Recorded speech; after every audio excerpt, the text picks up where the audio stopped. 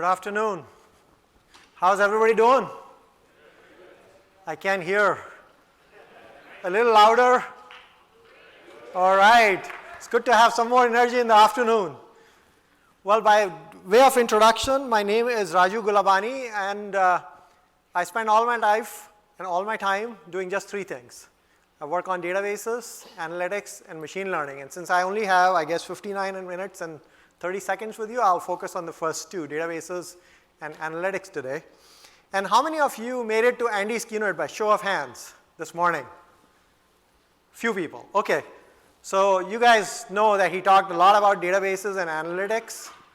And he only talked about the stuff that my team and I have been working on for the last year and just the major announcements. And we've been doing databases and analytics for about 10 years. We launched our first service, which was RDS MySQL in October of 2009. So there's a lot for me to cover. So let's get started. And my goal is, I'm going to highlight for some people that didn't make it to this morning's session, I'm going to highlight throughout the next 59 minutes some of the key highlights that Andy talked about, but I'll just touch on them. And since I've been involved in the design of these services from the very beginning, I'm going to give you my perspective and set the context a little bit on the strategy as to why we build these services and how we think about it and what's unique about us and our strategy. I'm going to spend bulk of my time on giving you an overview of all the services that we built over the last 10 years. And my goal is by the time we all leave, you're much smarter than we all were when you came in. And by that, I mean smarter about our services. You guys are plenty smart already. So let's get started. I have a lot to cover. In terms of the strategy, in 2010, when I got to the company, we took a bet on two trends that are very obvious today, but were not so obvious in 2010. First was that we saw everybody getting smartphones, and those smartphones were getting connected to the internet on wireless, Wi-Fi, cell phones, those sorts of things. And we saw devices getting digitized and getting connected to the internet. IoT was not yet, I think, coined as a term, but we could say that it was around the corner. And we thought that all of these devices and people were going to leave behind the digital footprint, so to speak, and they'll generate a lot of data that will need to be stored in an economical way. People would want to make sense out of this data, and the scale at which we would need to operate in the next 10 to 20 to 30 years would be very different than the last 30 years. And so we took a bet on explosion of data, and we designed our services with these two things in mind. And if you look at our strategy or the key tenets that we use for our entire portfolio of services, these are the three that I would highlight, and this is what describes our differentiation compared to any other cloud operator that you might talk to or think about. The first is that each one of our services is leveraging the unique architecture of the cloud, and is going to give you the kind of benefits that only come from optimizing for the cloud. And the reason why we did this is because we thought over the fullness of time, the only thing that will really matter is the cloud, so we might as well just design for it. And the second thing we saw was as the amount of data being generated was increasing, obviously with volume comes variety, and you're not going to only deal with structured data, you'll have unstructured and semi-structured data.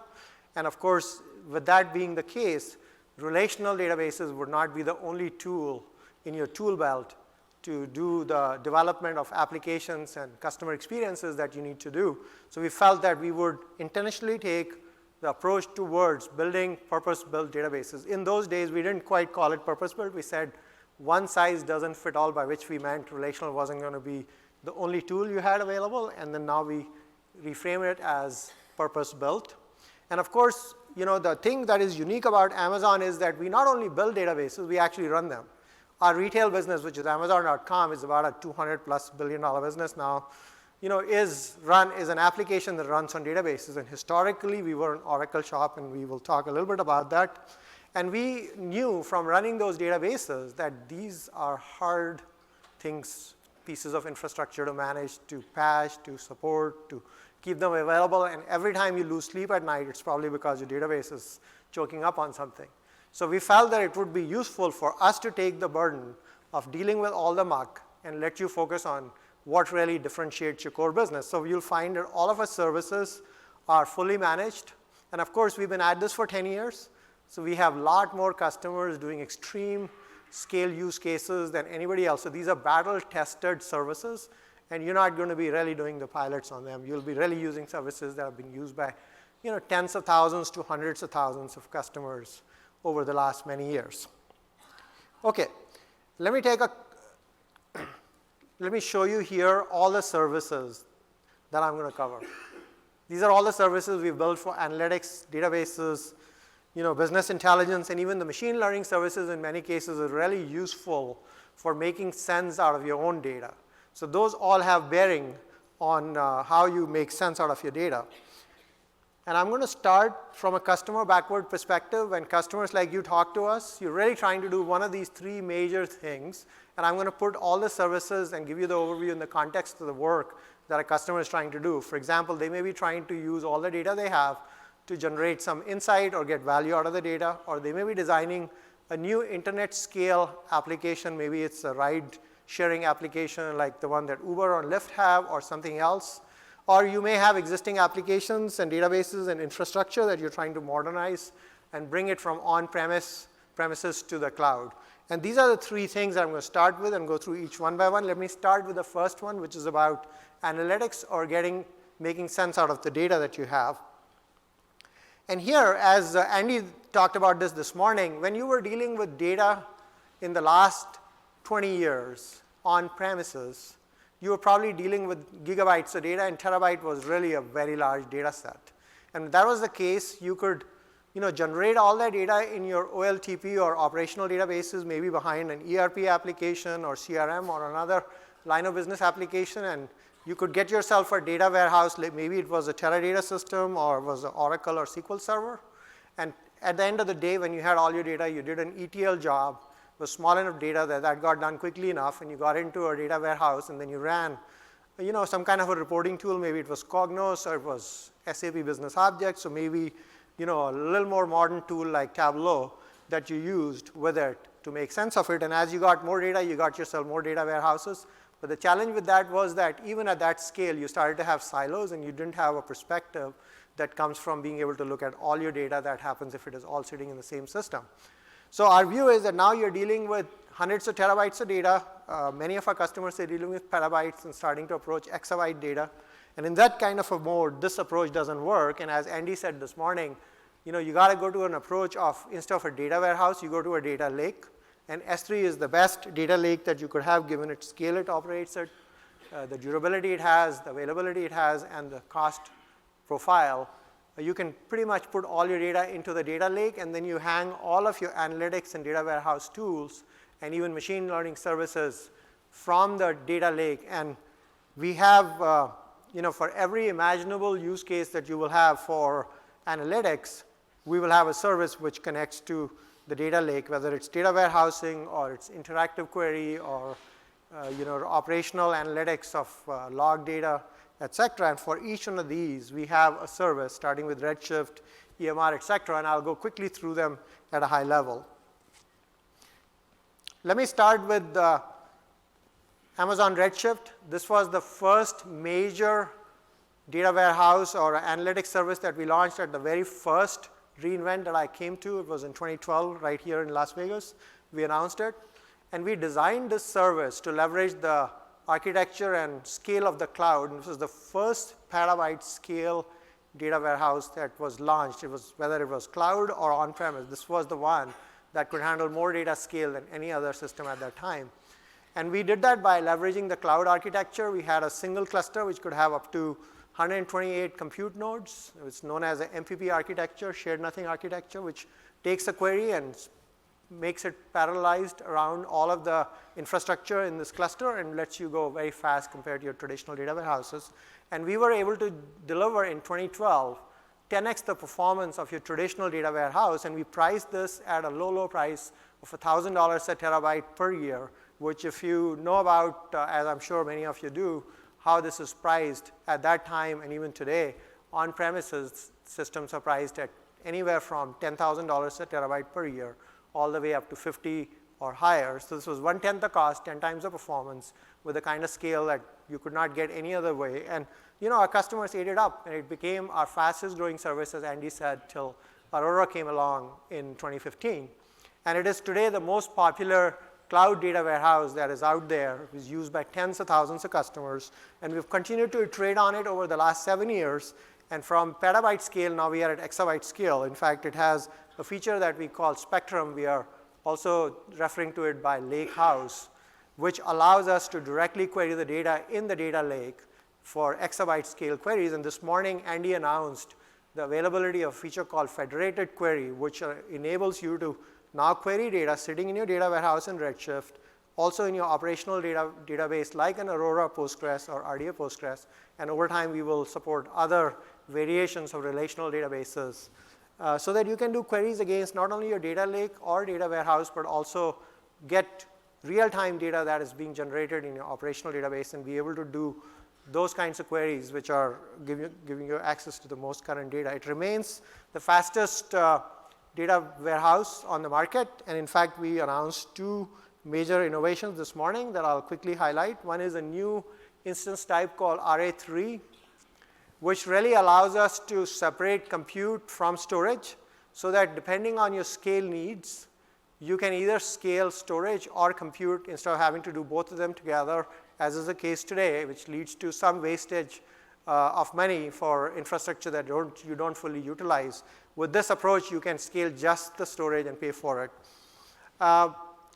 Even though we have separated storage and compute and the data is going to travel over a high-speed network, the approach that we have taken with this gives you the best performance of any other system that does storage compute separation. It's going to be 3x the performance of another typical cloud data warehouse. Or if you're coming from our dense storage instances called DS2s, you will get 2x the performance, twice the amount of storage, and about the same cost.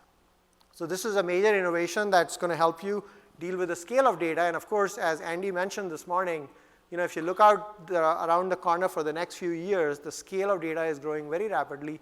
And even this is not going to be enough to meet your needs in a couple of years. So we announced a preview of a new kind of hardware, which we are calling Aqua, which stands for Advanced Query Accelerator. This is a custom designed hardware layer, which sits between, say, the RA3 instances and your storage, which is S3. And it effectively acts as a cache, which allows us to get performance which is up to 10x the performance of any other cloud data warehouse. And this is where we've designed our own custom ASICs. We've designed an analytic processor. We have a bunch of FPGAs that we are programming. It's a lot of hard work that has gone into completely optimizing the stack from top to bottom to give you the kind of performance that you can only get from a company like us, which operates at the scale, designs its own chips, builds its own hardware, and is able to take the entire stack and work on it. And this is something that's going to be available in preview now. It's going to be available in GA sometime middle of the next year. So there's a lot of stuff that's going on to deal with the scale of data. Maybe what you need is not a data warehouse, but you want to do big data processing. Maybe you have structured and semi-structured data that you want to process using things like Spark and Hadoop. And all the other services that I mentioned here, these are all open source frameworks, HBase, Presto, Hive, etc. For this case, we offer a managed service so that we can take away the muck from you having to deal with it and us offering it instead as a managed service. We give you the latest versions. We give you the lowest cost because we integrate with EC2's Spot infrastructure, reserved instances, and so on. And this becomes the easiest way for you to run Spark and Hadoop infrastructure in a managed way. And we have been doing more than just operating as a managed service. We are doing a lot of innovation in the runtime for Spark.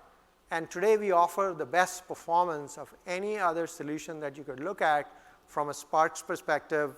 Compared to open source, it's 2x, 2.6x faster. And compared to other folks that are also enhancing the runtime for Spark, we are 1.6 times as performant as them. And this is a service where you're not paying licenses for software. So you end up saving a lot of money and our costs compared to those systems which are better than open source. But we are obviously faster than them. We are about 1/10 the cost. So from a price performance perspective, you get much better deal with us than you get with any other alternative that you could be using. And this morning, Andy also announced that EMR is available on Outposts. So if you want to use it on premises, you can. To us, your data center looks like just like another availability zone. If you go into the console in the cloud, you can simply point to it and set it up and get it going. And it will be working on Outpost running in your on-premise data center. Okay. Well, there are different kinds of use cases, as I mentioned, and there are different services for each one of them. Let's say that you had put all your data in S3, and there's a certain part of the data that you don't need to access every day, so you haven't set up a data warehouse. And you just need to do quick queries on it once in a while. Maybe you're dealing with some issue that needs you to understand this data that is sitting in S3. In this case, because it is an ad hoc query, you don't necessarily want to take the effort of first setting up infrastructure, because that just becomes added time and cost.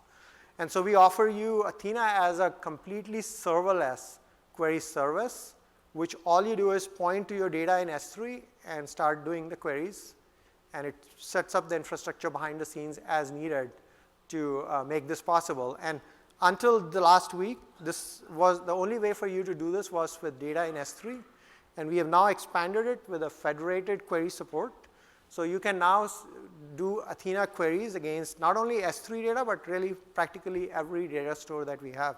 Whether your data is sitting in DocumentDB or DynamoDB or even Redshift or any other place, you can do queries against it. You can even join the data across multiple data sources. So effectively, each purpose-built database looks like a table type or a data type sitting in our infrastructure, and you can run queries against all of it. A lot of people are dealing with operational analytics. This is log data generated by applications, generated by sensors, mobile devices, clickstream data, those kinds of things. And the best way to process this data and make sense out of it is using open source Elasticsearch frameworks. And we offer a service called Amazon Elasticsearch Service. We tend to very appropriately name these services, so they are obvious what they are. And this is a fully managed service, which makes it easy for you. The basic idea is the same. We want everything to be managed, so you don't have to deal with the muck. And this, people are storing a lot of data in this. In general, given the cost structure of the kinds of storage that goes with this, people are not able to store economically data for months and years. They tend to store days and weeks. And so this morning, Andy announced a warm tier called Ultrawarm, which is essentially a lower cost tier for that part of the data that you don't need to access as hot data. So for example, you might keep 7 days of data in your hot tier, and then you may keep something like this remaining maybe 3 months, 6 months, or even forever in this warm tier, because it is going to save you 90% of the cost compared to storing the same data in your hot tier. It makes it economical for you to analyze all your data and be able to understand what's going on with your operations of your systems and applications if you need to. All right, so far what I've talked about are all of the different ways of storing and analyzing data, but the question is, how do you get your data into those stores? And for that, we have an ETL service that we launched a few years ago called Glue, which I guess puts it all together. And this service is a serverless implementation. The basic idea is that you point to your data source where your data is. We crawl your data. We figure out what the data format is. We actually generate the code to do the transformation based on the source and the target you're trying to go to. And this understands all our data stores, so it can move the data into Redshift or into S3 or other data stores. And you only pay for, because it's serverless, you only pay for the time that the transformation needs to run to really transform your data and to move it and load it into your target system. Okay, now what if you don't even have the data that is not, let's say you need data that is not being generated by you, it's a third-party data. So for that, we launched, I think about 2 weeks ago, a data marketplace called Data Exchange, where the idea is that instead of you having to go to each data provider, like let's say you need some data from Thomson Reuters, or you need it from Dow Jones, or you need some financial data and so on, instead of doing the relationships and contracts with each one of these providers, getting physical media from them or getting FTP credentials so you can get that from each one of them and having different APIs to deal with, we rationalize all of that for you. And we have pre-established relationships with these players. We're starting out with 80 providers and over 1,000 data sources and data products, which you can access if you need the data. For example, you may be an insurance company and you need to figure out what your insurance rates are for a certain geography in the US, and you may need weather data for that area to see what your risk assessment would look like, and that may be what you use to set up your rates. And for that, you may need to have third-party data that you get from one of these providers, and we make that easy for you. Okay, now that you have all your data, you want to really get some insights out of it. And for that, we offer a BI tool, which is a data dashboard and visualization tool that we launched a few years ago. And we really designed this to be built for the cloud. If you look at every other product that is in the market, all other products are designed for the client-server world. In fact, the most modern products, other than QuickSight, are around 15 years old. And we have designed this to be for the cloud. There's no infrastructure to run. It's completely serverless. And it is designed for the scale that we talked about so that you can give access to every user in your company and every customer of an application that you may be offering. So you can scale from tens of users when you're just starting out to hundreds of thousands of users by just provisioning those users. There's no infrastructure to set up or anything like that. And we have priced it in such a way that it doesn't break the bank when you give it to 10,000 employees, for example. The way it works is that most consumers of data are really just looking at the data. We call them readers. They don't really create dashboards. They really consume them. And for that, we have a very simple pricing model. If you're looking at a dashboard and using it, you pay 30 cents for up to 30 minutes of a session, and you never pay more than $5 a month. So it becomes very economical, and a lot of customers are deploying it to tens of thousands of employees or partners, 40, 50,000 partners. In fact, we use it within Amazon. Over 2,000 different teams have selected, because we kind of have a democratic process to selection of infrastructure and services. So each team gets to decide what they want. We have finally convinced about 2,000 of our friends at Amazon, which is about over 100,000 employees that are now using QuickSight. So it's really used at scale. One thing that is unique about QuickSight is that we are leveraging machine learning, all the investments we are making in machine learning, to use machine learning as a way to get insights from data automatically. I'll give you few quick examples. Let's say that you have my favorite metric, which is revenue. And you want to forecast what end of the year revenue is going to look like or end of quarter is going to look like. Well, a guy like me or someone else can forecast it, but probably not as good at it as a machine, which can look at it and apply a machine learning model or statistical analysis and kind of predict out what the revenue would look like for end of the year. Or if your revenue is not coming as you expected it to be, there's some anomaly, there is some trend that is showing up. Maybe the revenue is either growing too fast, which would be unusual, or sometimes what happens is not growing as fast. And that kind of anomaly it can detect. Machines can do a much better job of looking at millions of metrics and finding patterns than human beings can, and humans cost more money and don't do as good a job. So machine learning is what we are using in here. And the good thing is that you don't have to be a three-legged genius with a machine learning PhD to use this. We made this such that it just business user can use it by selecting certain options. And then, of course, it also has what I consider my favorite feature from machine learning, which is auto narratives. And here what it does is we go through all the data that you have, and we give you simple, obvious, and some not so obvious summaries of the data. For example, it'll tell you, your revenue today, which is, by the way, people who know me know that revenue is my favorite metric, grew by a certain percentage. How is it doing compared to plan? How is it doing year to date? Those kinds of things. These are things that you could compute by looking at the data, but it just takes time. And we pre-compute them and make them available in English, simple native English language, so that you can just look at it and say, okay, that's what is happening to my business today. And we are using machine learning and statistical analysis to do all this. And last week, we also announced integration with SageMaker, and Andy announced a lot of features of SageMaker this morning, including autopilot. So this makes it easy for you to use custom machine learning models from SageMaker without really having to learn anything about machine learning. It's just a visualization exercise. In a matter of few hours, you could put together very useful things like this example here, which is predicting churn for mobile subscribers.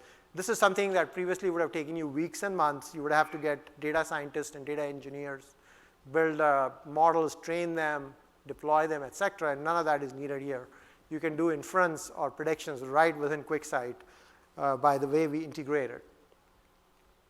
We also last week announced embedding. What we are finding is one of the new trends with business intelligence is that people who are ISVs that are developing applications, they have useful data within the application, and their customers want to see the analysis of their data within the application.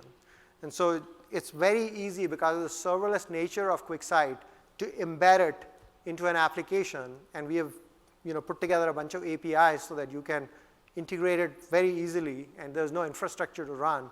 So it becomes very useful for ISVs to embed it, and we have a lot of customers that are deploying it that way. Here are some examples of customers that are deploying it to tens of thousands and hundreds of thousands of users, both inside the company and to their customers and partners. Okay, so that's the quick run in 27 minutes of all of our analytics, strategy, and services. And as you can see, we believe we have the best platform for analytics because easiest to set up data lakes. The scale at which we are operating is going to be hard for anyone else to operate at. We offer the best performance and the lowest cost, and we are the most comprehensive purpose-built set of services, and obviously most secure.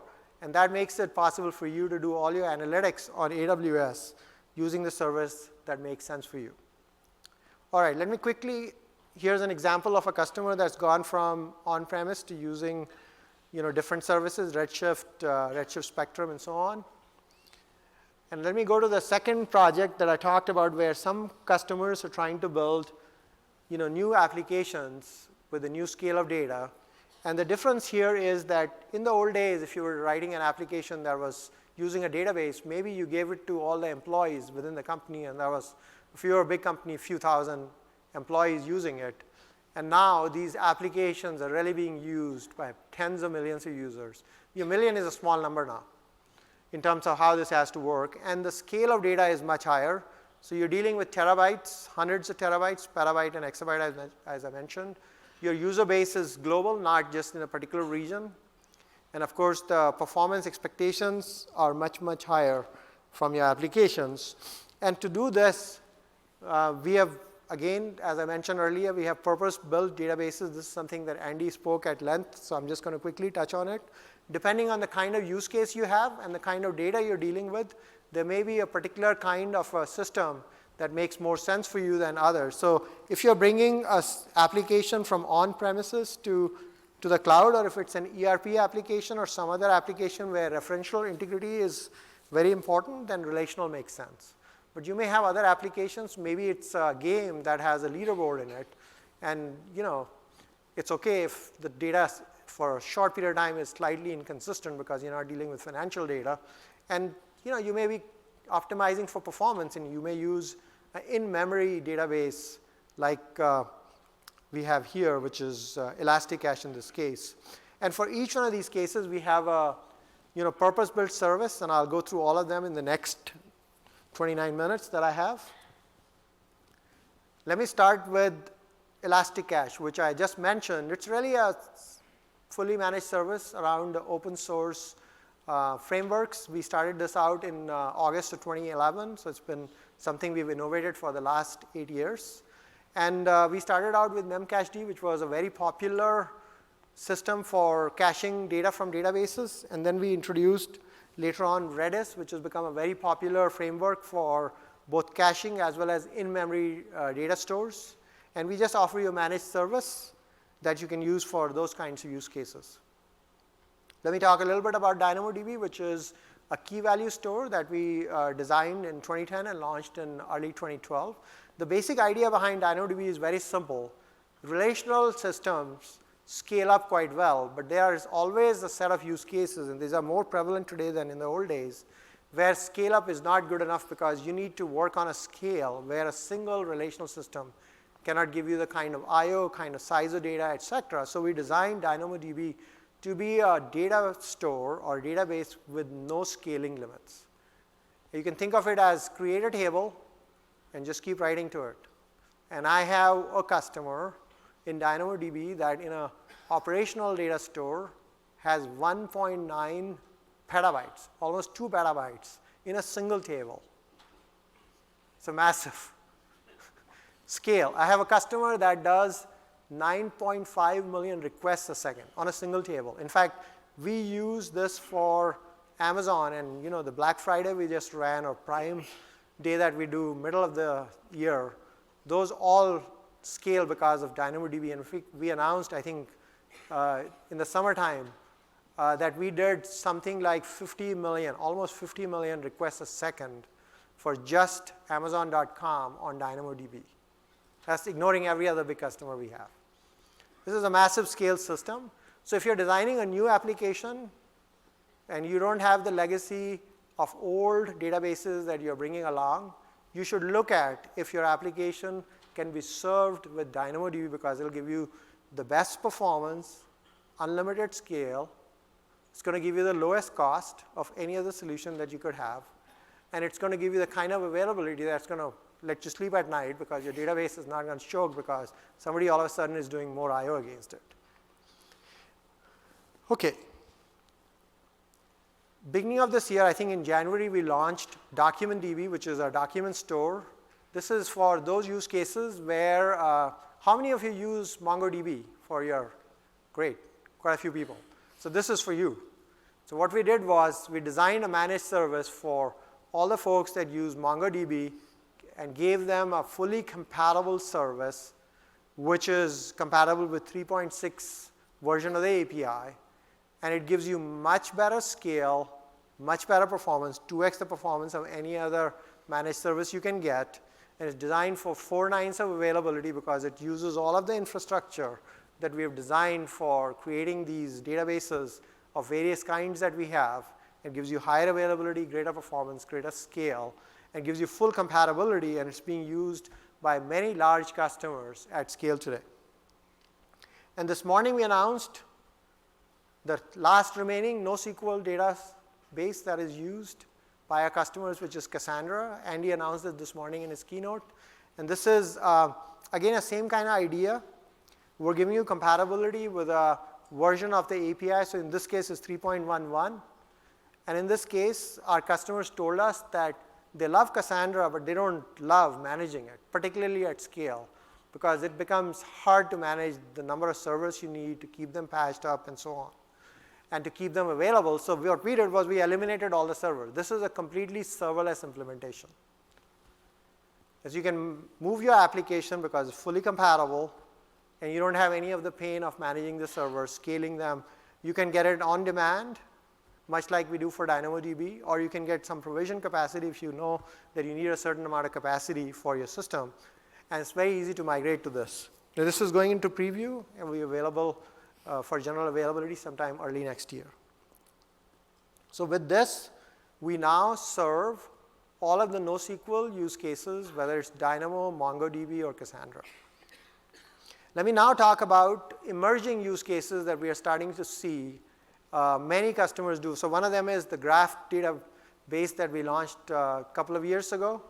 And this is compatible with all the standards that people use for graph databases, query languages like Sparkle or Gremlin, and Tinkerpop and RDF graph models.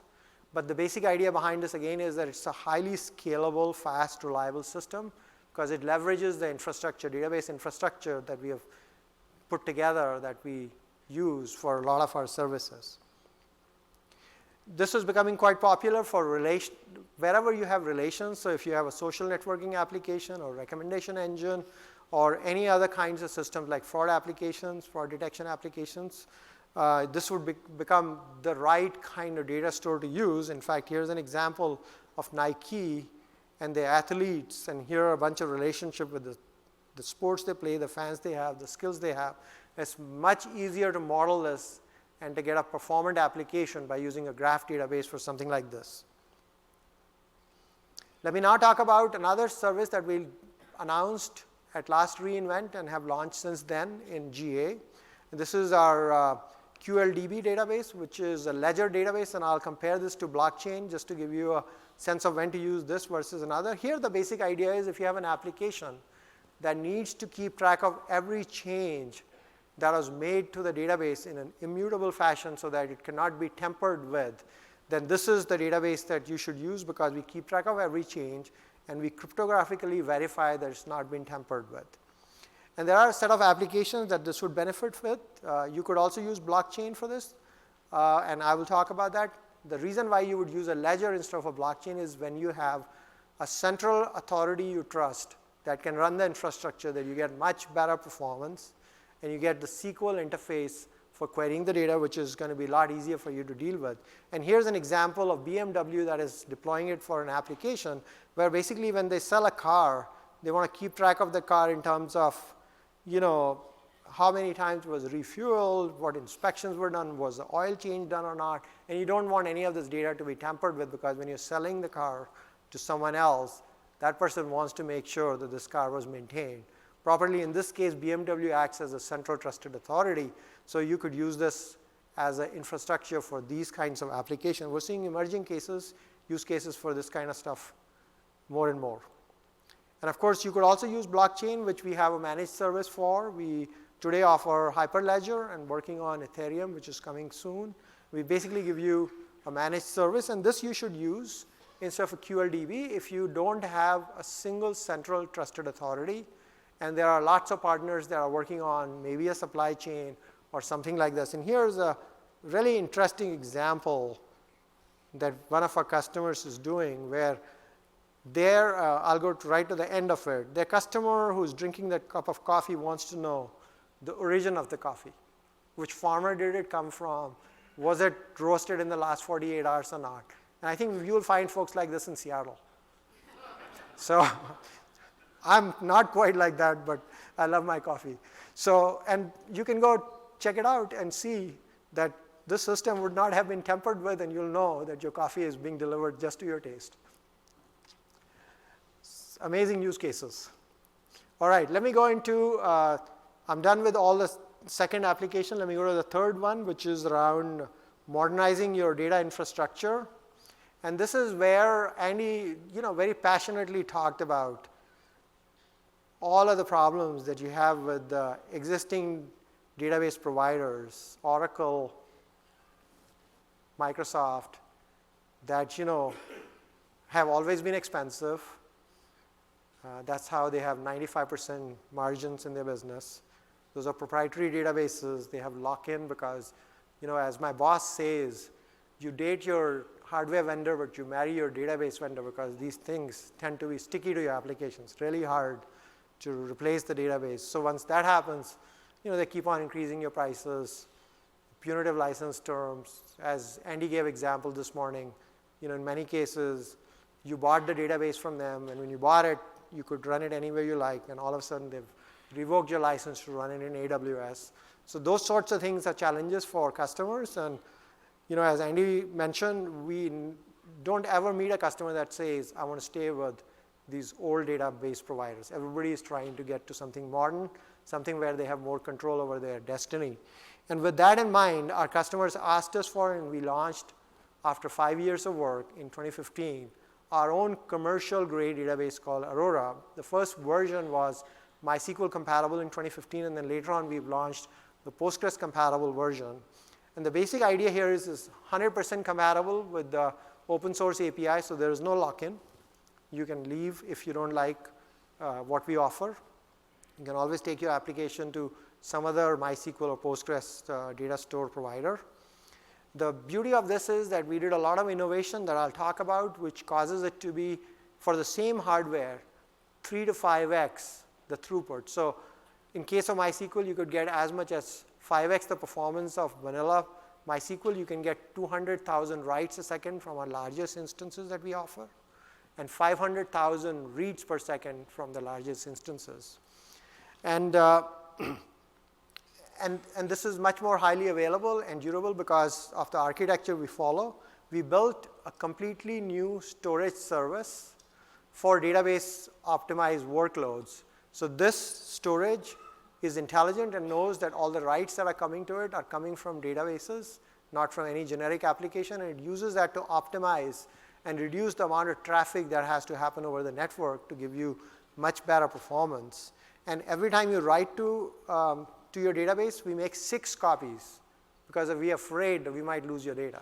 So we make 6 copies of it. We put it in 3 availability zones, which are hundreds of miles apart, tens of miles to 100 miles apart.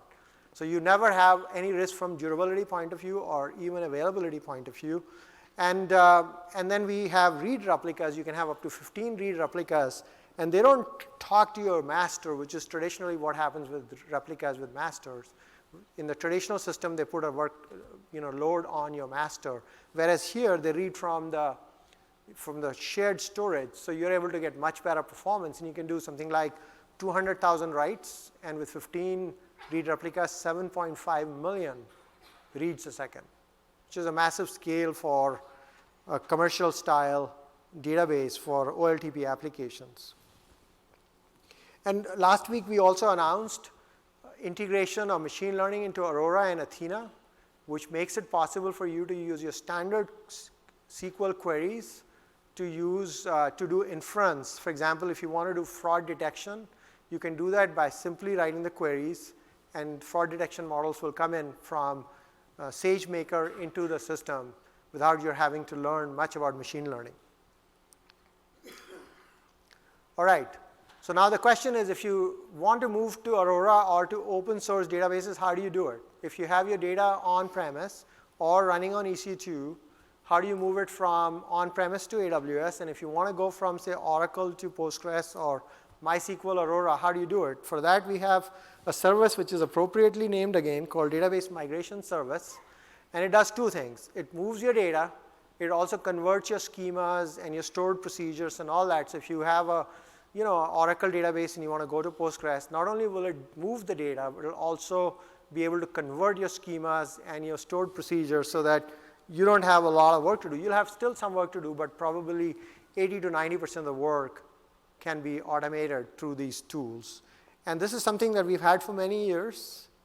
And as of a few weeks ago, we have over 200,000 databases that we have migrated using this migration service. And I think in 2019, we migrated more databases than all of the previous years since the service came out in 2016. So this is something that is being used at scale to migrate the data.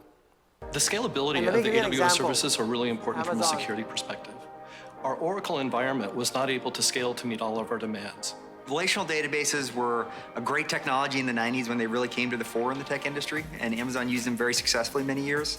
Today, we shut down the final Oracle database that used to run our consumer and digital business. In that transition that we made to use AWS, we've gotten huge advances in availability. The site's more robust, in scale. We've gotten advances in lower latency, especially many of the services, critical services that move to NoSQL stores like DynamoDB. Do we have a permission to shut down the database? Are we going to do this? Yes. Yes? 5, 4, 3, 2, 1. All right.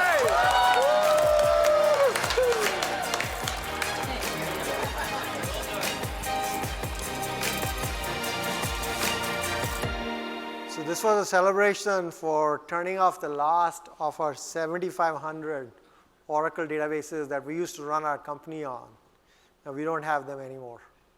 And we run the company on a combination of DynamoDB, which tends to be our default data store we go to, our Aurora, Postgres or MySQL or RDS. And then we use all the other services like Redshift and Elasticache. And this is at a massive kind of scale. 75 petabytes is a lot of data. So Redshift handles it. And of course, the nice thing is not only you get a better system and you sleep better, it reduces your cost, reduces your administrative overhead, and gives you better performance for most of your critical applications. It's not very often in life you get something better for less. So that's what we do with this. This is pretty cool. And we have actually a lot of other customers, which I'm listing here, like Kaplan and other customers that have done the same thing. And these guys have all moved from Oracle or SQL Server to Aurora and Redshift and other data stores. This is definitely possible to do and do it pretty easily.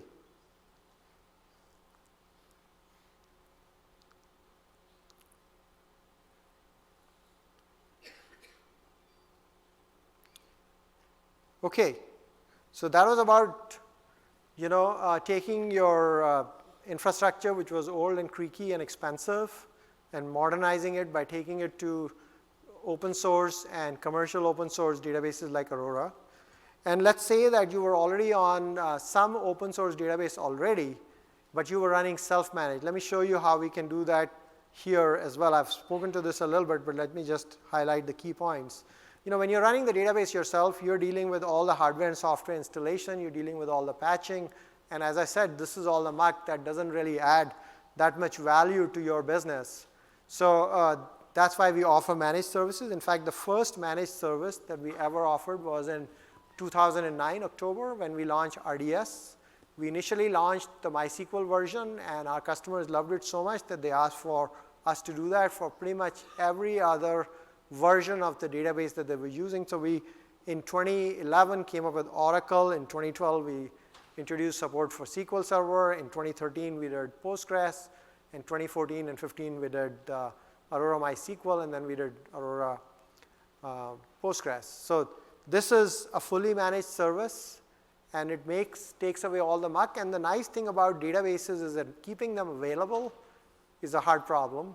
And we have a feature called multi-AZ, which some of you who use RDS may be familiar with, where by going to the console and just checking a box or using an API call, you can say to us that your database should be a multi-AZ database, which means that we will keep a standby copy in another data center, which we call as an availability zone. And if there is a failure, we would automatically fail over to a standby database, because as you're writing to the database, we keep the two databases completely synchronized.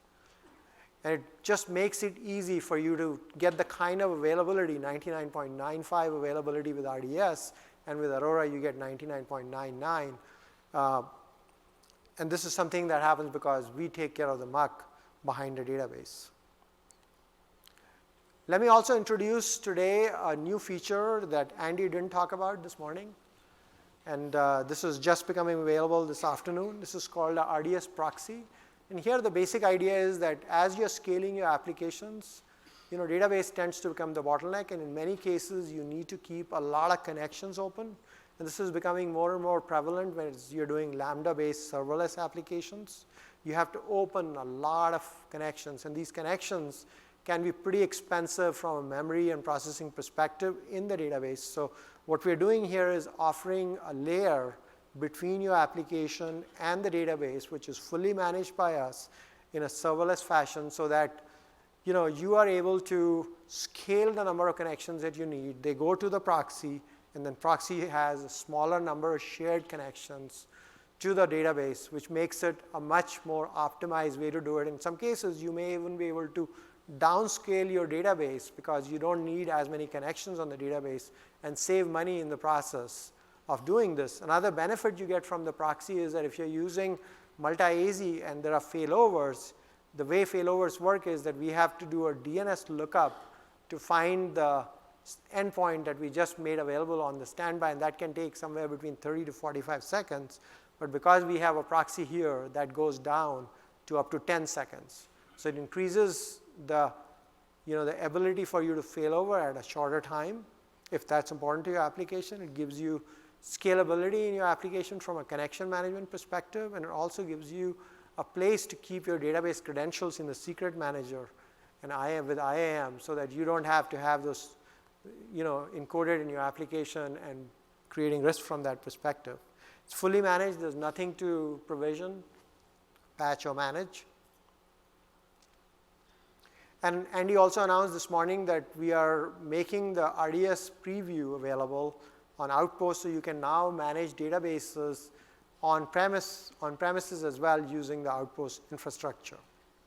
And again, as I said, in case of EMR, this is no different to us. A data center looks like just like an availability zone, and you can go into the console and manage this as if you are managing it in the cloud. So it really brings all of those APIs and experiences from the cloud to the on-premises infrastructure.